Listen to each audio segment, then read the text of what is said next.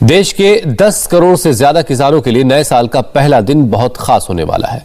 प्रधानमंत्री मोदी किसान सम्मान निधि यानी पीएम किसान योजना ट्रांसफर करेंगे। दोपहर 12:30 बजे मोदी करीब 10 करोड़ किसानों को 20,000 करोड़ रुपए से ज्यादा की रकम ट्रांसफर करेंगे। इसके तहत स्कीम के दायरे में आने वाले किसानों के बैंक अकाउंट में 2-2 हजार रुपए आएंगे। आपको बता दें कि पीएम किसान योजना के तहत किसानों को साल का 6,000 रुपए दिया जाता है।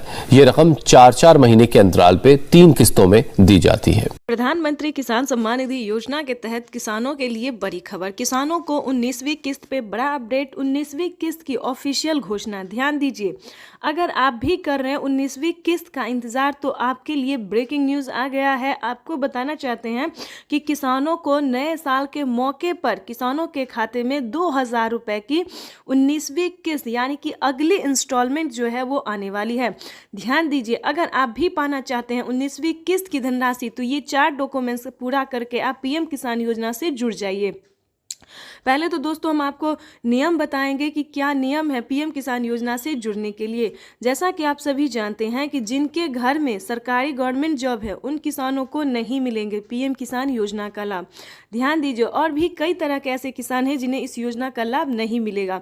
तो ये सारी जानकारी हम आपको बताएंगे, साथ में क्राइटेरिया भी बताएंगे और कैसे आप अप्लाई करेंगे वो भी बताएंगे।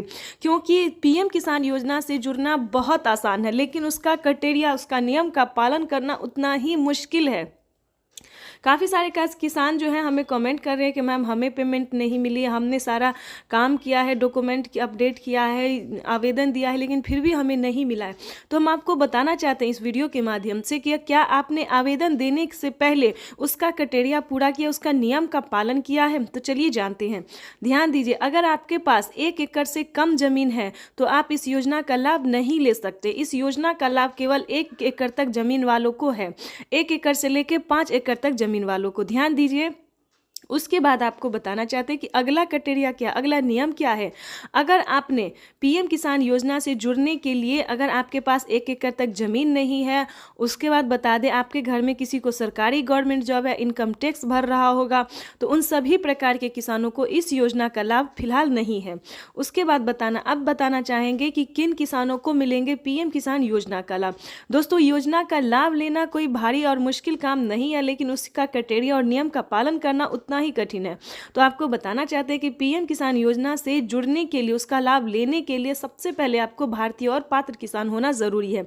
अगर आप भारतीय रहेंगे और लाभार्थी किसान रहेंगे, हमारे कहने का मतलब है कि अगर आप किसान हैं यानी कि अगर आप खेती कर रहे हैं तभी आप इस योजना का लाभ ले सकते हैं।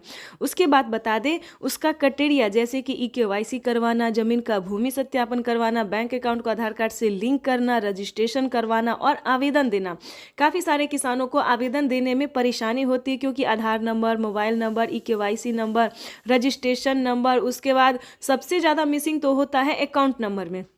किसान अकाउंट नंबर देने के दौरान काफ़ी सारी गलतियां करते हैं, तो ऐसा नहीं करना है।